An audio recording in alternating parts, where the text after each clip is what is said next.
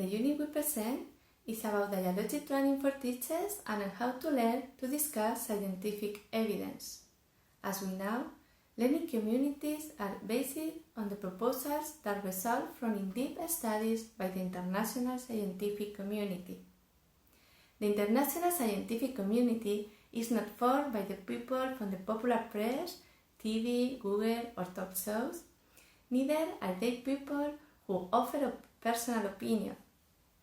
Families are free to make personal choices about how best to educate their own children, but no one should propose her or his opinion as a valid scientific knowledge when considering the education of children as a whole.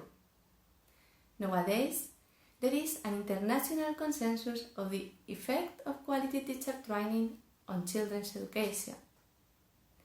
Whenever teacher training is simply reduced to present random activities rather than scientific-based actions, the role of the teacher is underused and the consequences of this lead to lost opportunities for further contributions to the life of young people.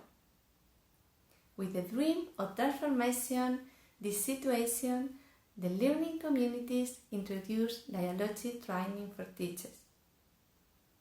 Its model introduced three key aspects to the international debate on teacher training.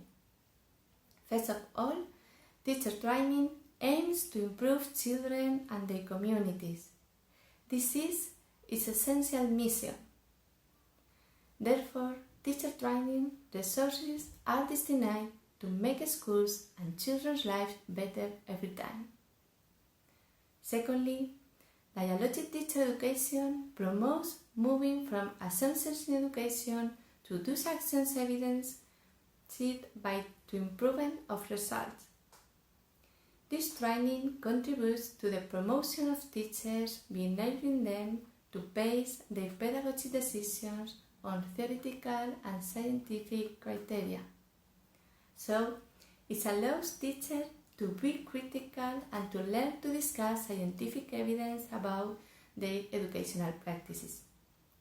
At last but not least, dialogical teacher education is open to the families and other agents who intervene in education. This is the way in which this teacher training expands collaboration and leaderships and contributes to the democratization of scientific knowledge. This includes a basic egalitarian dialogue that implies no discredit the cultural values of the communities, especially those of the most vulnerable groups. The successful action that is showing the best results in teacher education is the dialogical pedagogical gatherings. In them, teachers, together with other agents of the community like family members, advisors, educational inspection or administration technicians, share the reading of books and scientific articles. In these gatherings, the most relevant theoretical bases of pedagogy, sociology or psychology, among others, are read. We share reading books of Habermas, Vygotsky, Branner, for example, and also publications in ranking journals.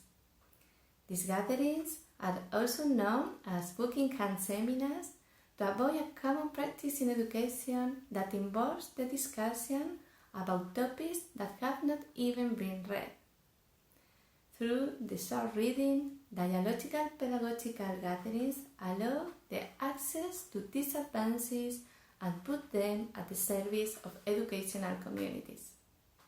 Thus, teaching professionals place themselves, as Robert Merton used to say, on the shoulders of giants. These gatherings carry out in several training contexts such as universities, schools, teacher education centers, and education administrations, and have been extended to different countries such as Spain, England, Portugal, Mexico. But how is dialogical pedagogical gathering organized? The gathering is developed around reading which has been previously agreed upon.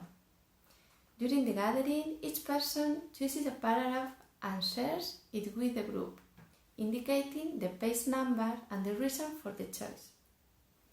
At the gathering, a moderator guarantees equal opportunities for participation, facilitating biggest possible number of voices to be heard.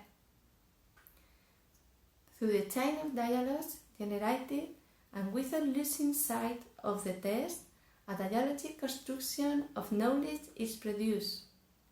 The key is to make the 7 principles of dialogic learning developed by Professor Ramon Flecha as reality. This is what makes possible that the interactions established between the author's discourse around and the several interpretations extracted from the reading are interiorized, leading to the important transformations. This is how the gatherings allow bridging popular pedagogy and theoretical pedagogy. And how do we evaluate the social impact of teacher education? Historically, teacher education has been considered as a key factor in education.